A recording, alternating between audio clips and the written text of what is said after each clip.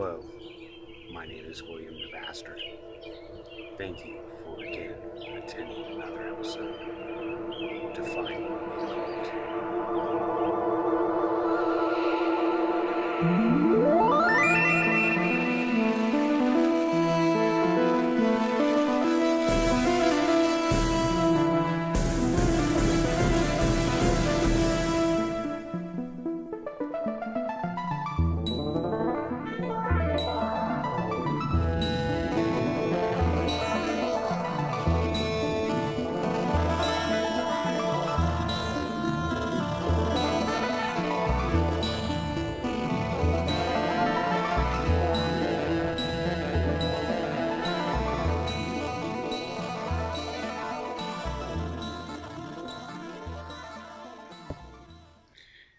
So we have shamanism and animism, which are left behinds and leftovers of very ancient customs and traditions that predate human history itself.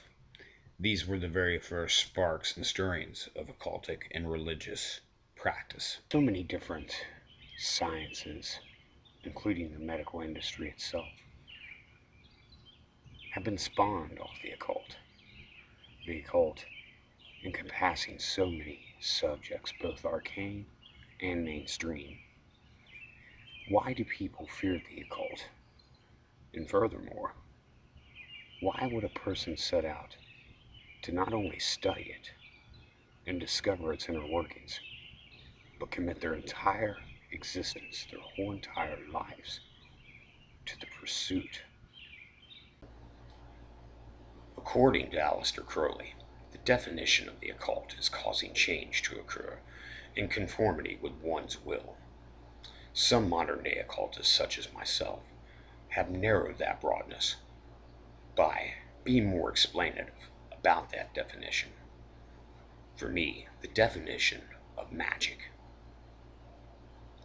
is causing a desired change to occur in conformity with one's will by methodologies not accepted by modern day mainstream science.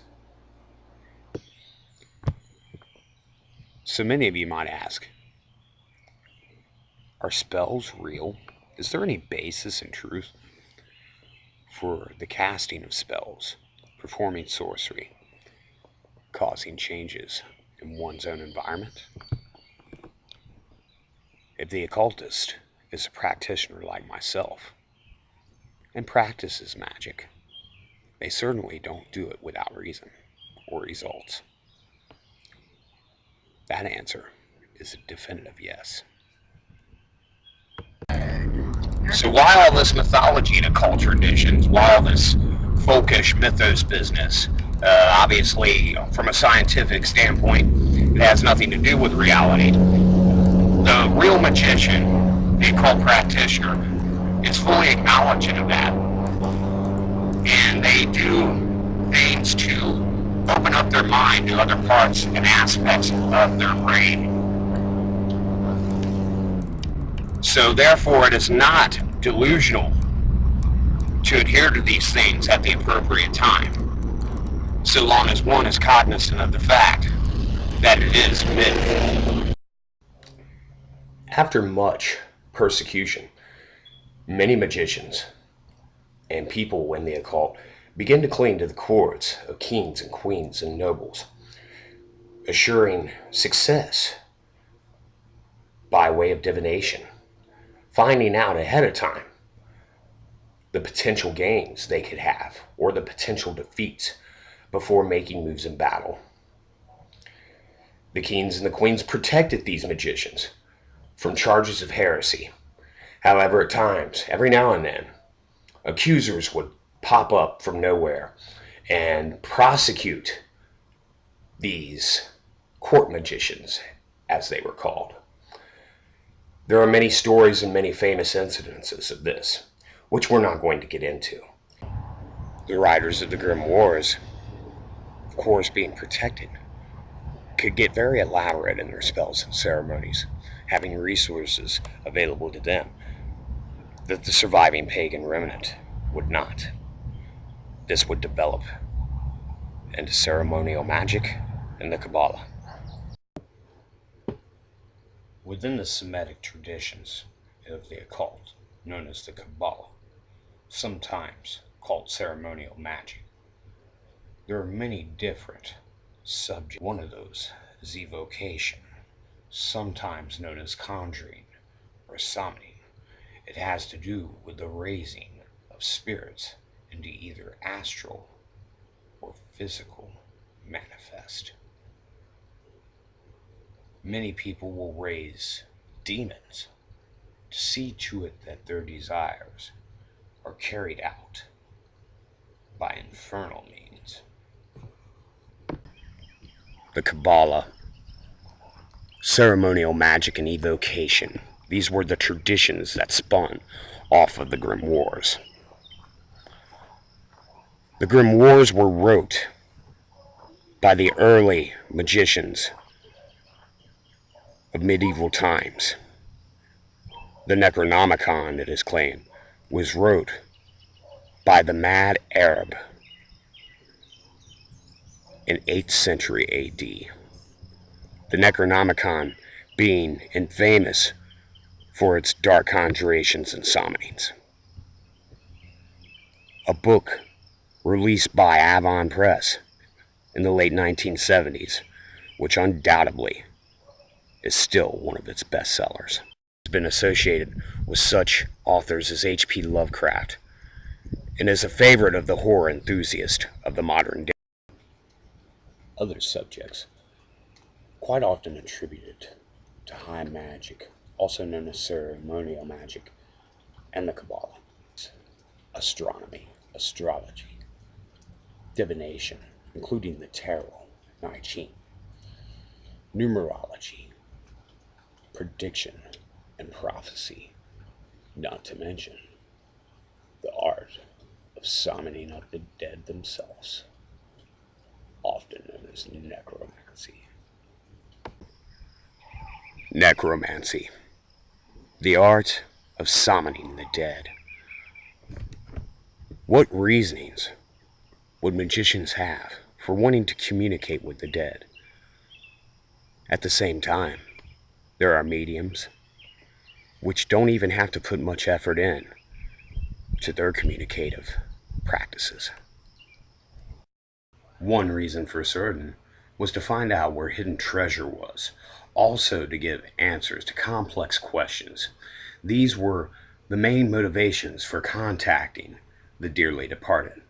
The Spiritist movement and spiritualism, where they would hold seances to do these things, have very little to do with witchcraft and was a movement independently all of its own.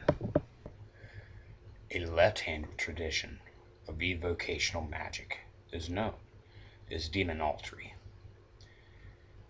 in which the kings and rulers, often Lucifer or Satan himself, is conjured forth for protection and going directly toward the devils to deal with devils.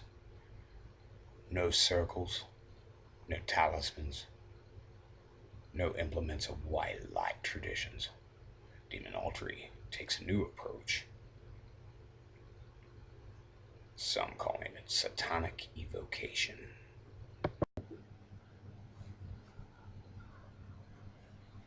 The occultic practices of early Christians are well documented.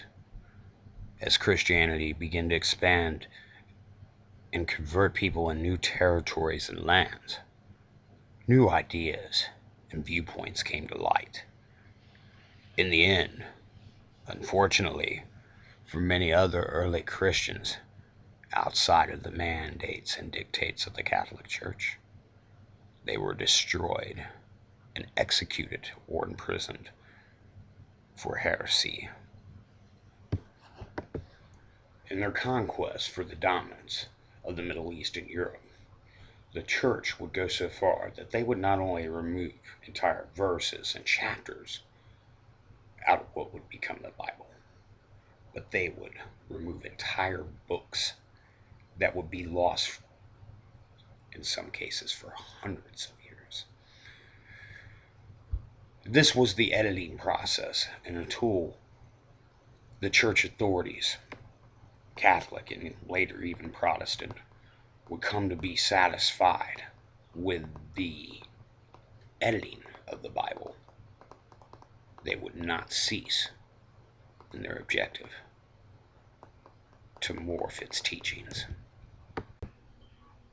So, why was the church so against these age old customs, practices, and traditions? Because the church was controlled by imperial power. Imperialism had ruled Rome for hundreds of years, going through numerous dynasties and emperors. And Rome wanted to maintain itself as a state and an empire. When people began to turn toward the martyrdom of the Christian traditions, which were once the minority, it was Constantine who decided to make Rome adopt Christianity as its state religion, this changing everything. Other forms of Christianity, as already discussed, were far and abundant abroad. However, in the long run, it was the Catholic Church that would come to dominate organized religion, separating forever Christianity's affiliation with the vestiges of the occult.